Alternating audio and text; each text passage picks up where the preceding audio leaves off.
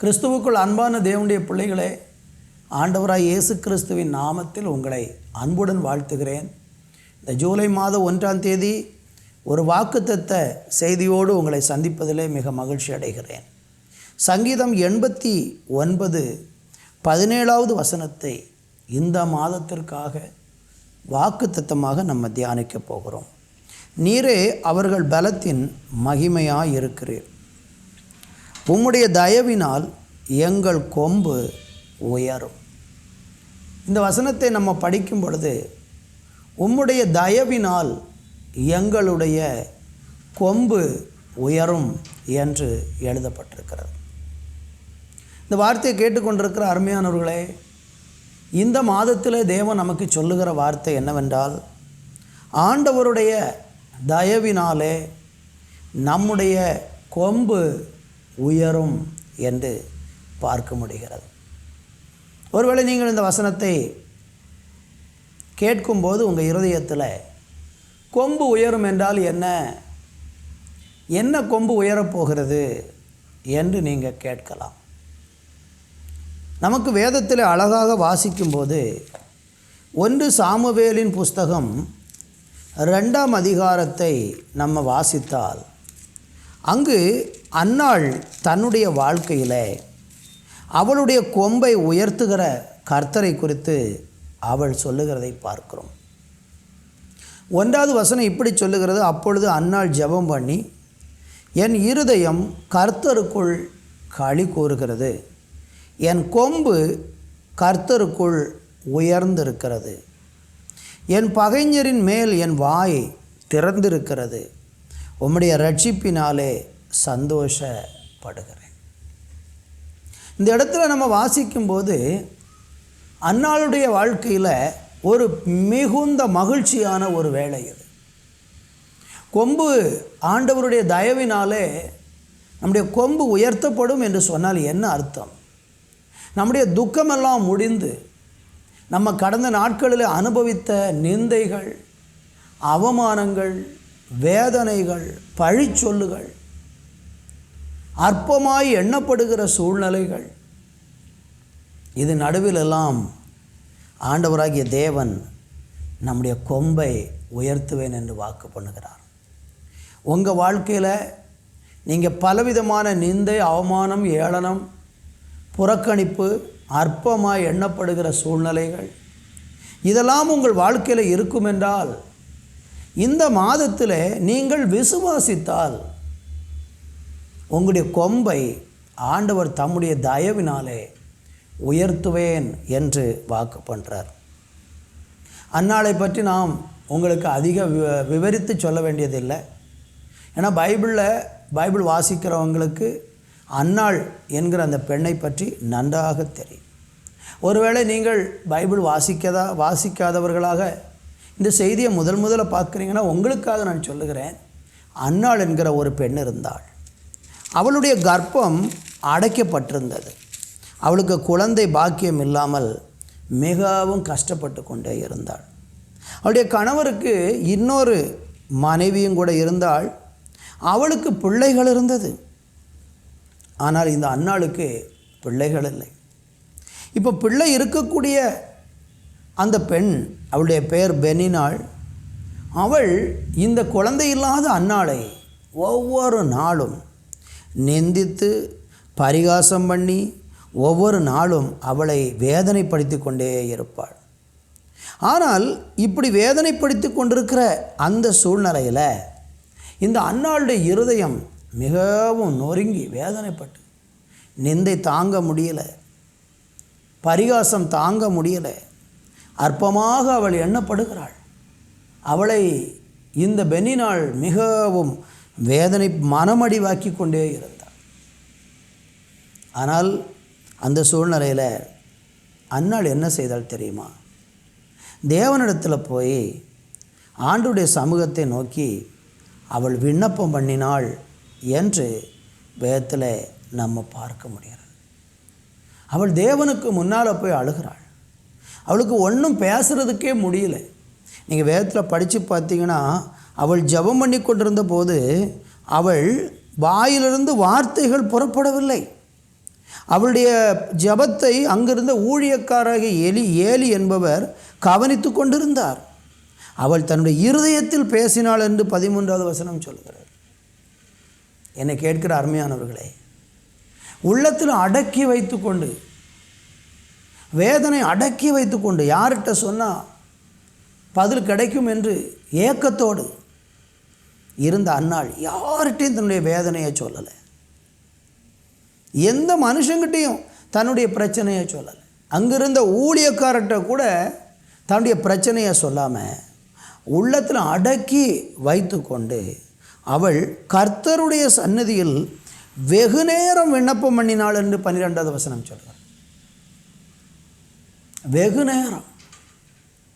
தேவனுக்கு மாத்திரம் என் பிரச்சனை தெரிஞ்சால் போதும், என் போராட்டம் தெரிஞ்சால் போதும், இன்றைக்கு ஆண்டவர் என் வாழ்க்கையில் அற்புதம் செய்யணும்னு சொல்லி அந்த வேதனைகளை எல்லாம் ஆண்டவருக்கு முன்பாக அவள் கொட்டி தன்னுடைய இருதயத்தை தேவ சந்நிதியிலே அவள் ஆமேன் இருதயத்தில் விண்ணப்பம் பண்ணினாள் என்று சொல்லப்பட்டிருக்கு. 15வது வசனத்தில் வாசிக்கும்போது, நான் கர்த்தருடைய சந்நிதியில் என் இருதயத்தை ஊற்றி விட்டேன் என்று சொல்கிறேன். கண்ணீர் எப்படி வெளியில் வடிகிறதோ அதுபோல தன்னுடைய இருதயத்தை ஆண்டவருக்கு முன்னால் ஊற்றி விட்டாள். இந்த வார்த்தையை கேட்கிற நீங்கள் உங்கள் வாழ்க்கையில் என்ன சூழ்நிலையில் போகிறீங்கன்னு தெரியாது. ஒருவேளை அன்னாளை போல ஒரு பட்ட மரமாக நீங்கள் எண்ணப்பட்டிருக்கலாம். குழந்தை பாக்கியம் இல்லை, சரீரத்தில் சுகம் இல்லை, வாழ்க்கையில் சந்தோஷம் இல்லை, பெரிய எதிர்பார்ப்போடு திருமணம் பண்ணினீங்க, ஆரம்பம் நன்றாக இருந்தது, போக போக திருமண வாழ்க்கை கசந்து போனது, இப்போ பிரிஞ்சு போகவும் முடியாது, என்ன பண்ணுறதுன்னு தெரியலை, மிகவும் துக்கத்தோடு உள்ளத்தில் அடக்கி வைத்து கொண்டு நீங்கள் இருக்கீங்கன்னா நான் உங்களுக்கு சொல்கிறேன், ஆண்டவர் உங்களுடைய ஆமேன் ஸ்தோத்திரம் பகைஞர்களுக்கு மேலே உங்கள் வாயை ஆண்டவர் திறக்க வைப்பார். அதுதான் கொம்பு உயர்த்தப்பட்ட அனுபவத்தில் அவள் சொல்லுகிறதை பார்க்கிறோம். அந்த அன்னாளுடைய ஜெபத்துக்கு ஆண்டவர் மகிமையாக பதில் கொடுத்தார்.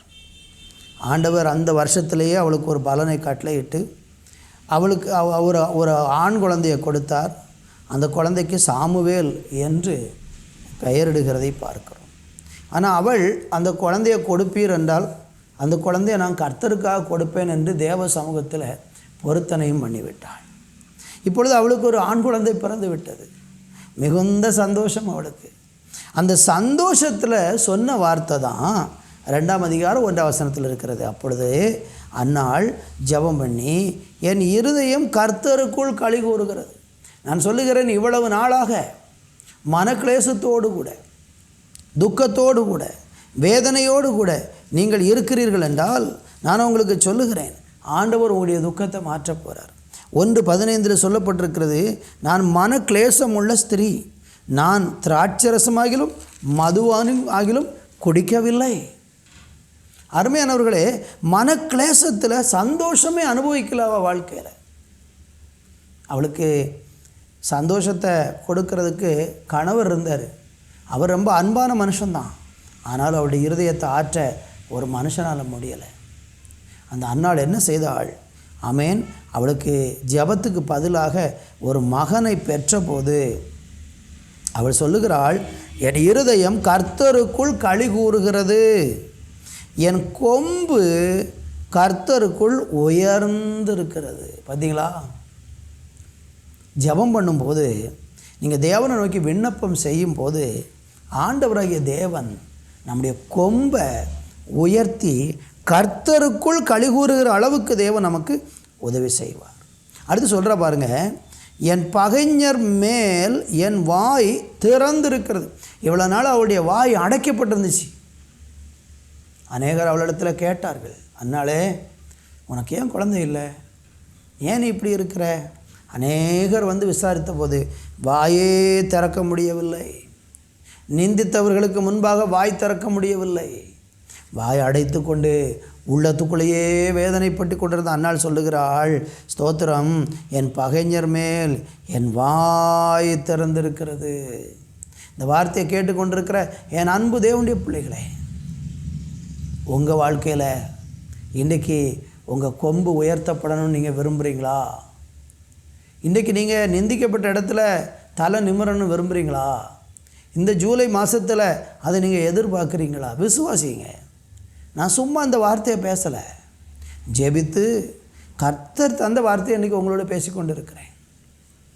உங்கள் வாழ்க்கையில் உங்கள் கொம்பை கர்த்தர் இந்த வருஷத்தில், இந்த மாதத்தில் 6 மாதம் கடந்து விட்டேன், இனி 6 மாதம் தானே இருக்குது, இதுவரைக்கும் எதுவும் நடக்கலையே என்று இந்த 6 மாத காலம் எதிர்பார்த்திருந்த எதிர்பார்ப்புகள் நிறைவேறாமல் இருந்தாலும் இந்த 7வது மாதத்தில் நீங்கள் ஒரு பூரணத்தை எதிர்பாருங்க, ஒரு நிறைவை எதிர்பாருங்க. கர்த்தர் உங்களுக்கு அதை செய்ய வல்லவராக இருக்கிறார். கர்த்தருக்கு மகிமை உண்டாகட்டும். அடுத்து நீங்கள் பாருங்கள், 2ஆம் அதிகாரம் 3வது வசனத்தில் சொல்கிறா, அண்ணா சொல்கிற பாருங்கள், இனி மேட்டிமையான பேச்சை பேசாதிருங்கள். ஆமென். அடுத்து சொல்லுகிறாள், அகந்தையான பேச்சு உங்கள் வாயிலிருந்து புறப்பட வேண்டாம். இவ்வளோ நாள் அவளுடைய கொம்பு உயர்த்தப்படாமல் இருக்கும்போது அவளால் பேச முடியலை. ஆனால் இப்போ அவள் பேசுகிறாள். என்ன சொல்கிறாள்? மேட்டிமையான பேச்சை இனி நீங்கள் பேசாதீங்க. என்ன அற்பமாக எண்ணி பேசுனீங்களே, இனி பேசுகிறதுக்கு வழி இல்லை. உங்களை அற்பமாய் பேசின அநேகர் இனி வாயை மூடுவாங்க. அகந்தையான பேச்சு இனி அவங்க வாயிலிருந்து வராது. அவங்களுக்கு வெட்கத்தை கர்த்தர் உண்டாக்குவார். கர்த்தருக்கு மகிமை உண்டாகட்டும். உங்கள் கொம்பை உயர்த்தும் போது உங்கள் சத்துருக்கள், உங்களுக்கு இச்சகம் பேசினவர்கள், உங்களை நிந்தித்து பரிகாசித்தவர்கள், அவர்களுக்கு முன்பாக கர்த்தர் உங்களுடைய கொம்பை உயர்த்தி வெட்கமடையும்படிக்கு ஆண்டவர் செய்வார். 2ஆம் அதிகாரம் 10வது வசனத்தின் கடைசி பகுதியில் சொல்லப்பட்டிருக்கிறது, ராஜாவுக்கு பலன் அளித்து தாம் அபிஷேகம் பண்ணினவரின் கொம்பை உயர பண்ணுவார் என்று துதித்தாளாம். அபிஷேகம் பண்ணினவரின் கொம்பை ஆண்டவர் உயர்த்துவார்.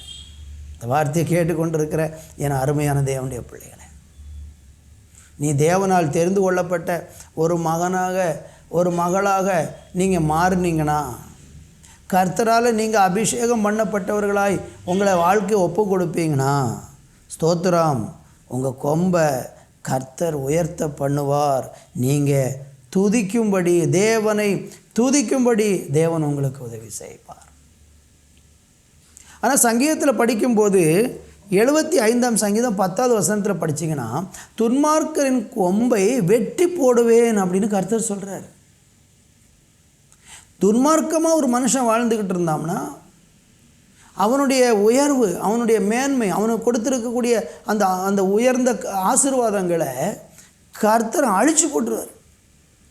இன்றைக்கி உலகத்தில் எத்தனையோ மனிதர்கள் துன்மார்க்கமாக வாழ்ந்து ஐஸ்வர்யம் பெருகி பணம் சம்பாத்தியம் எல்லாம் வந்த உடனே என்னென்னா பெருமையோடு கூட தேவையில்லாத பாவ வழிகளில் வாழ்ந்து துன்மார்க்கமாக நடக்கிறாங்க பாருங்கள். அவங்க கொம்பை கர்த்தர் வெட்டி போடுவேங்கிறார்.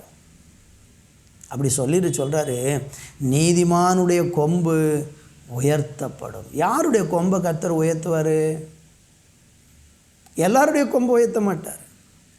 தேவனுடைய பிள்ளைகளே, நீங்கள் பாவத்தில் வாழ்ந்து கொண்டிருந்தால், இந்த வார்த்தையை கேட்கிற சகோதரனை சகோதரி குடித்து வெறித்து பலவிதமான பாவ வழிகளில் உன் வாழ்க்கையை கெடுத்து கொண்டிருந்தால் உன் கொம்பு உயர்த்தப்படாது. கடந்த காலங்களை யோசித்துப்பார்.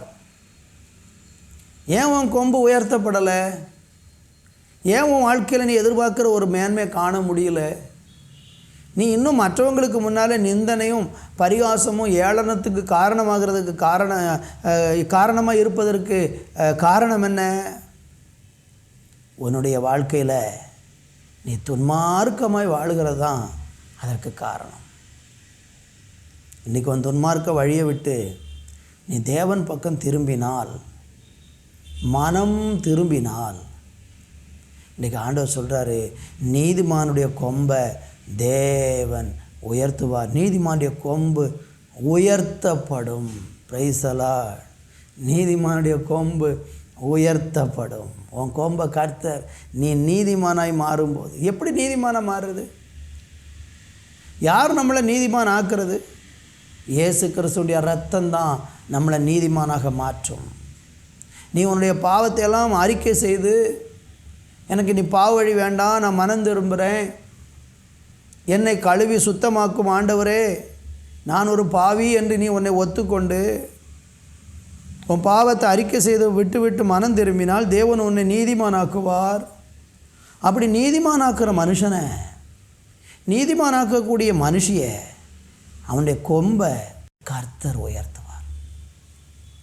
அன்னாள் ஒரு நீதியாய் வாழ்ந்த ஒரு பெண், அவள் உண்மையாக பரிசுத்தமாக வாழ்ந்த ஒரு பெண், கடவுளுக்கு பயந்து வாழ்ந்த ஒரு பெண். அதனால தான் அவளுடைய கொம்பை கர்த்தர் உயர்த்தினார்.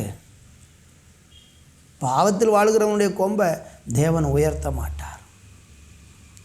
அப்படி தேவன் கொம்பை உயர்த்தும் போது அது எதனால் உயர்த்துறார்னா, நம்முடைய ஞானத்திலேயோ நம்முடைய அறிவினாலேயோ அல்லது நம்முடைய திறமையினாலேயோ அவர் அதை செய்யலை. அவர் ஒரு மனுஷனுடைய கொம்பை உயர்த்துறதுக்கு காரணம், நம்முடைய நற்கிரியைகளை கண்டு அவர் நம்முடைய கொம்பை உயர்த்தலை. பைபிள் சொல்லுகிறது, அவருடைய தயவினாலே தான் நம்முடைய கொம்பு உயர்த்தப்படும். அதான் நம்ம ஆரம்பத்தில் 89:17 சங்கீதத்தில் படித்தோம். நம்முடைய தயவினால தான் கொம்பு உயர்த்தப்படும். ஸ்தோத்திரம். இன்னும் நம்ம வேதத்தில் வாசிக்கும்போது 112 சங்கீதம் அதனுடைய 9வது வசனத்தை நம்ம வாசிக்கும்போது அங்கே சொல்லப்படுகிறது, வாரி இறைத்தான், ஏழைகளுக்கு கொடுத்தான், அவனுடைய நீதி என்றைக்கும் நிற்கும், அவன் கொம்பு மகிமையாய் உயர்த்தப்படும். அருமையானவர்களே, நம்முடைய கொம்பு உயர்த்தப்படணுமா? மற்றவர்களுக்கு ஏழைகளை கண்டா இறங்கணும். இந்த உலகத்தில் எவ்வளோ பேர் ஏழை வறுமை கோட்டில் கஷ்டப்படுறாங்க பாருங்கள். நல்ல வஸ்திரம் இல்லை, நல்ல சாப்பாடு இல்லை, நல்ல ஆகாரம் இல்லை. கடவுள் நமக்கு எல்லாருக்கும் கொடுத்துருக்கிறாரு. மற்றவங்களை வச்சு பார்க்கும்போது எவ்வளவோ நமக்கு புசிக்க உணவு கொடுத்துருக்கிறாரு, நமக்கு நல்ல ஒரு வாழ்க்கை அனுபவங்களை கொடுத்துருக்காரு. தயவுசெய்து ஏழைகளுக்கு உதவுங்க, உங்களுடைய கொம்பை தேவன் உயர்த்துவார் என்று சொல்லப்பட்டிருக்கிறது. கர்த்தருக்கு மகிமை உண்டாகட்டும். இன்னும் நான் உங்களுக்காக ஜெபிக்க விரும்புகிறேன். சங்கீதம் 92:10 நம்ம வாசிக்கும்போது அங்கே ஆண்டவர் சொல்லக்கூடிய வார்த்தை என்னவென்றால், காண்டாமிருகத்தின் கொம்பை போல உயர்த்துவேன்னு சொல்கிறார். என் கொம்பை காண்டாமிருகத்தின் கொம்பை போல உயர்த்துவீர், புது எண்ணெயால் அபிஷேகம் பண்ணப்படுகிறேன். காண்டாமிருகத்தின் கொம்பு, மற்ற எல்லா மிருகத்தினுடைய கொம்பை விட காண்டாமிருகத்துக்கு பார்த்திங்கன்னா நெற்றியில் ஒரே ஒரு கொம்பு இருக்கும்.